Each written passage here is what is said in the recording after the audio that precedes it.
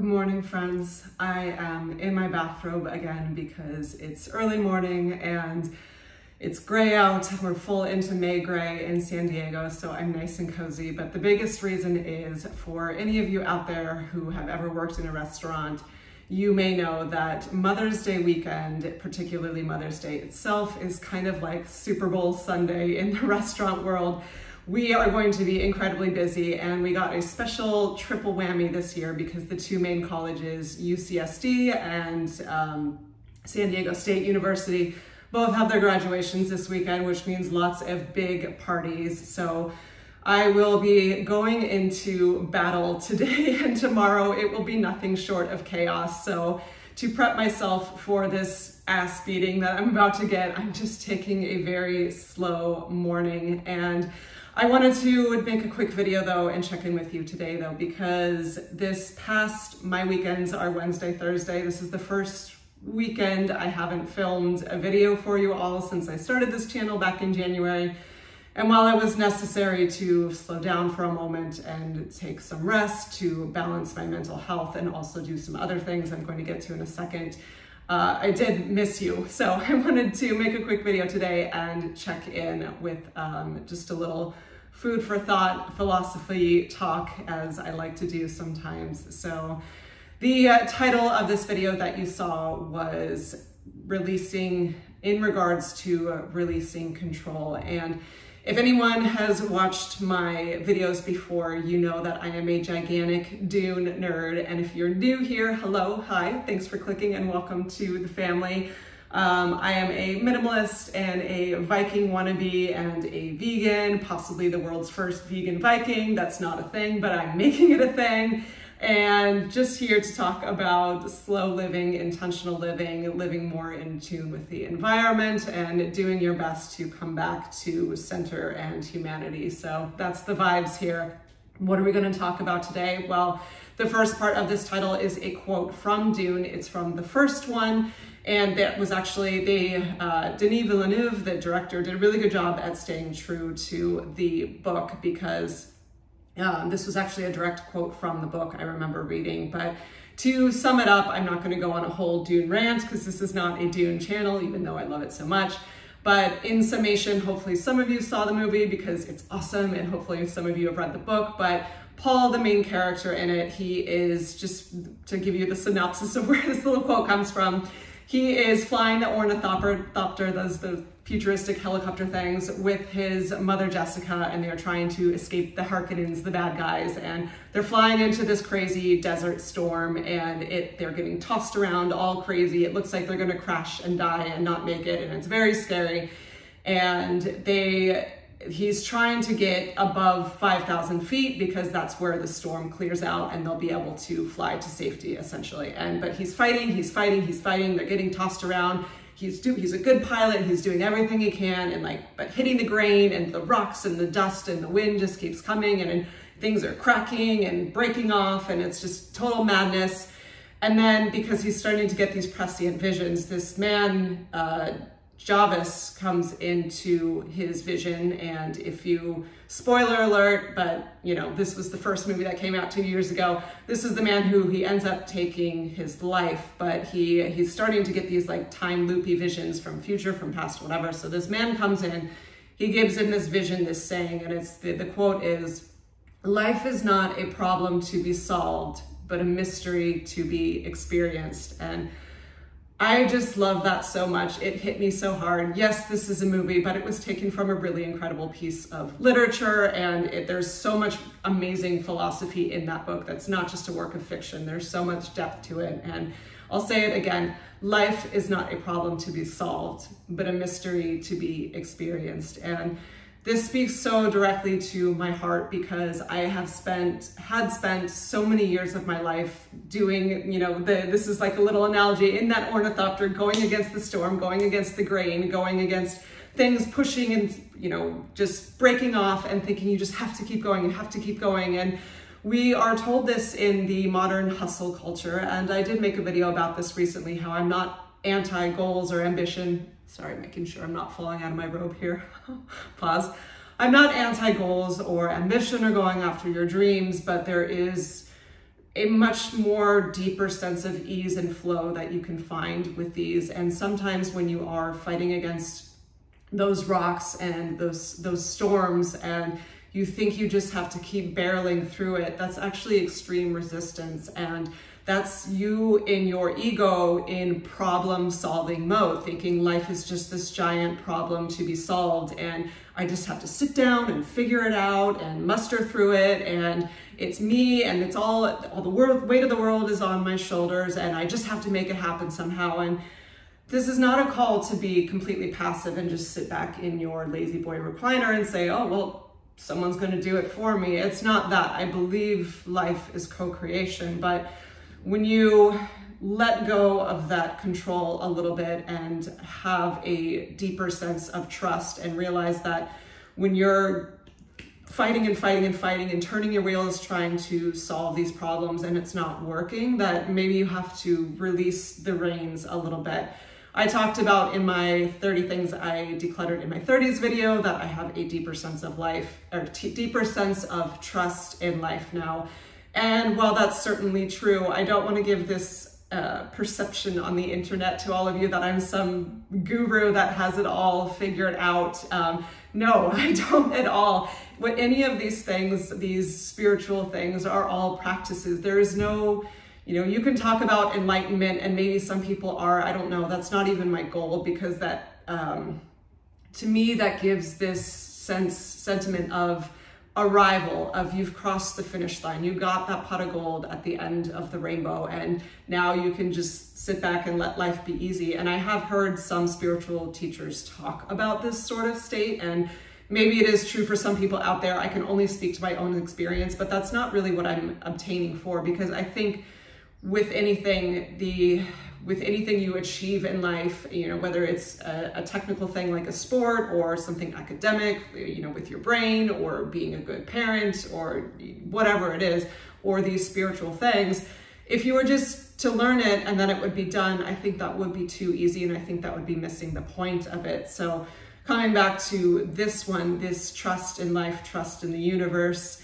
letting go of solving the problem yourself and letting the mystery unfold in a faith-based, whether it's you have a religious faith or a more something rooted in just general spirituality. Or for me, I would say I don't put myself in any sort of box. If the closest thing I would be to is sort of pagan, because I see nature as my highest authority.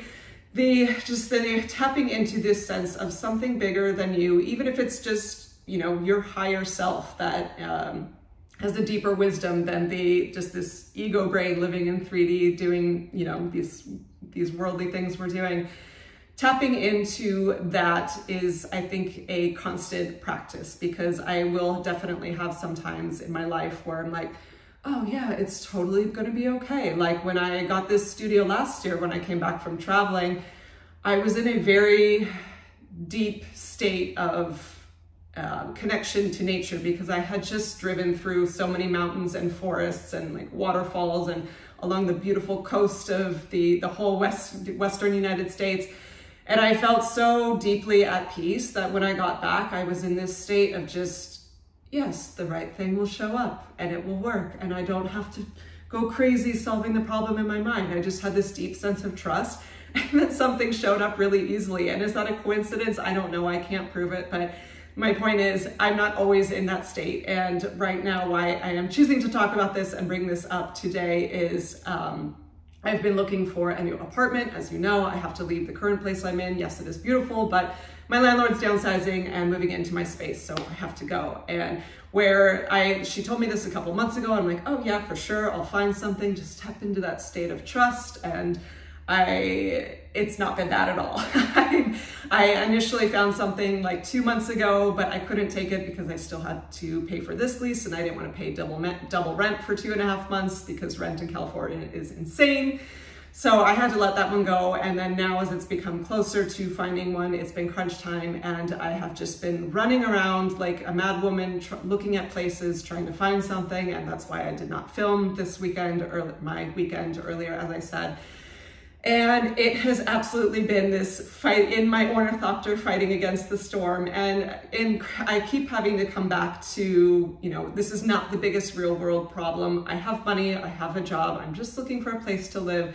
I don't, one of my very dear friends, his wife was just diagnosed with cancer. That is a much bigger problem.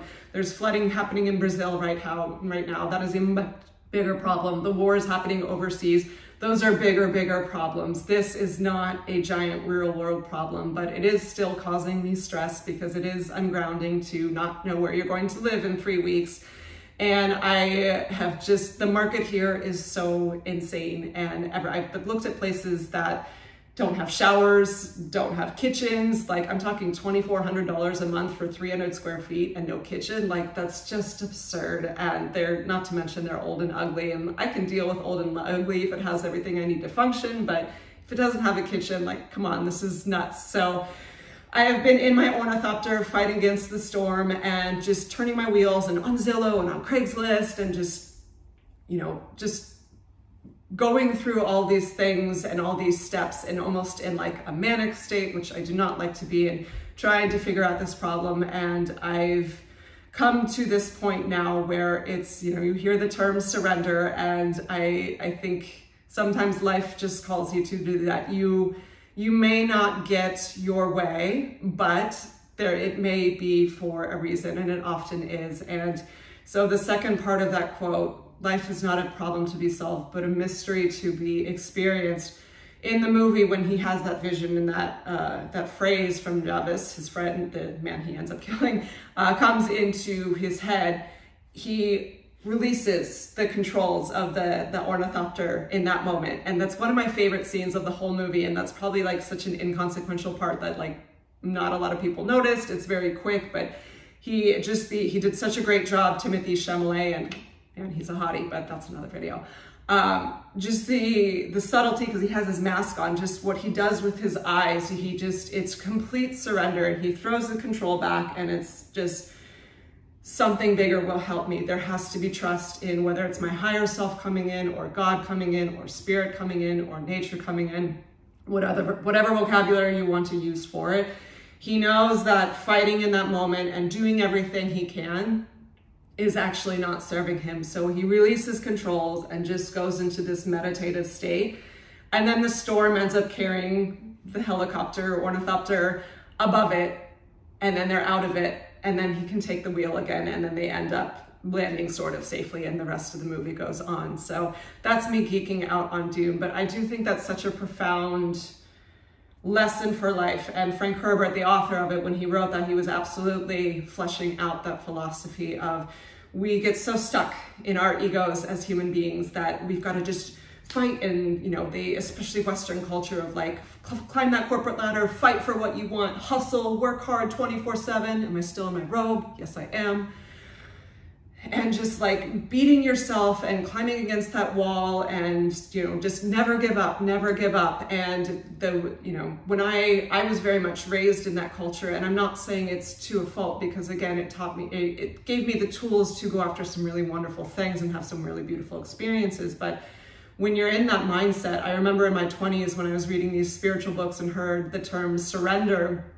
Surrender for me had this very negative connotation. You hear about it like in school, like in battles, like the losing country or whatever surrenders, and surrender. I just did not understand it. I'm like, because I was wired to say you should never give up and just keep fighting for what you want. And how many inspirational videos do you see out there on YouTube for never ever give up? And yes, there's some good nuggets in there, and it can be helpful because I think people can, yes, give up on their dreams or what they want too easily. But it's, again, there's a gray area, and there's no exact formula. You have to tune in with yourself. And I've now started to learn to understand what resistance feels like versus flow. You can be in a flow state on working very hard, but you can also be trying so hard to get something you think you want, and it's just not gonna work. And I can now feel I'm very much in that state, and it may mean I don't get to live on the beach anymore. Like, oh, boo-hoo, poor you, you don't get to live in the most beautiful beach in the country. Like,